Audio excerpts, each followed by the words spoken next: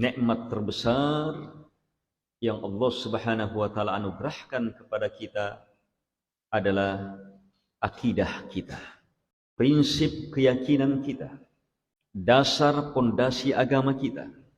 Akidah adalah bahasa Arab yang bersumber dari kata aqd. Aqd ar-rabtu biquwah, hukmud dhihnil jazim. Ini makna-makna secara bahasa. Akidah itu ikatan yang sangat kuat. Kita ambil tali, buat simpul, tarik sekuat-kuatnya, maka terbentuk apa? Ini terbentuk akidah namanya. Ini secara bahasa, ini akad. Akidah itu hukum dalam fikiran yang tertanam kuat, tidak goyang, tidak menerima keraguan, tidak menerima kebimbangan. Itu akidah. Dan ini harus kita miliki sebagai seorang muslim. Sebab Islam, bangunan Islam kita ditentukan oleh akidahnya. Ditentukan oleh dasarnya yang paling mendasar, pondasinya yang paling kuat.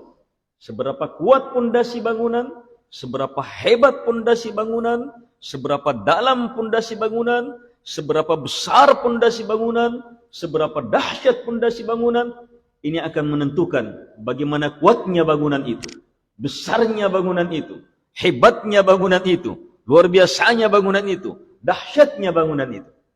Itu akidah. Baik, perhatikan jamaah, fokus. Jadi pondasi menentukan.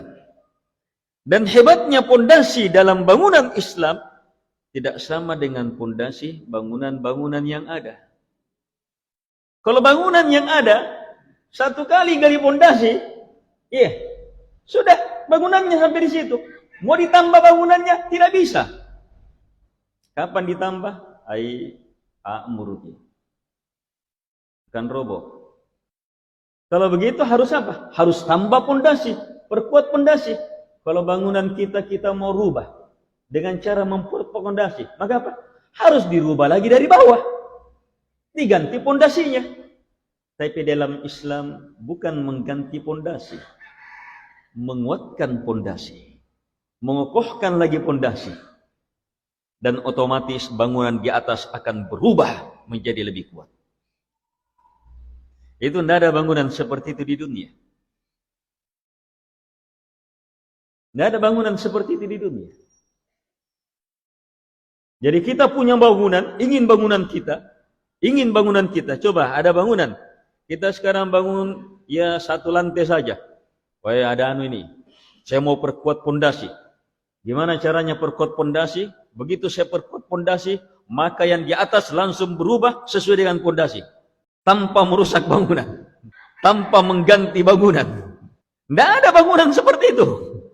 Yang ada hanya bangunan Islam. Saat kita berislam, kita terima pondasi yang paling di bawah. La ilaha illallah wa anna Muhammadar Rasulullah. Dengan pondasi ini, kita bangun Islam kita. Dengan solat, dengan puasa, dengan zakat, dengan haji, dengan umrah, dengan sedekah, dengan bersilaturahim, dengan beragam amalan. Sehingga jadi bangunan kemuliaan Islam kita. Kita ingin perhebat Islam kita, bangunan Islam kita. Maka perhebat pondasinya. Perhebat la ilaha illallahnya. Perhebat wa ashhadu anna Muhammadar Rasulullahnya. Maka solatnya akan semakin hebat tanpa merubah bangunannya. Salatnya akan semakin hebat, puasanya akan semakin hebat, hajinya akan semakin hebat, umrahnya akan semakin luar biasa, sedekahnya akan semakin menjadi, bacaan Qur'annya akan semakin penuh makna dan iman.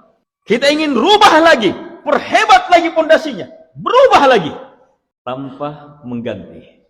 Tapi perlu ada perubahan, perlu ada penguatan, perlu ada pengokohan. Tanpa merubah bangunan kita. Inilah bangunan Islam, jemaah.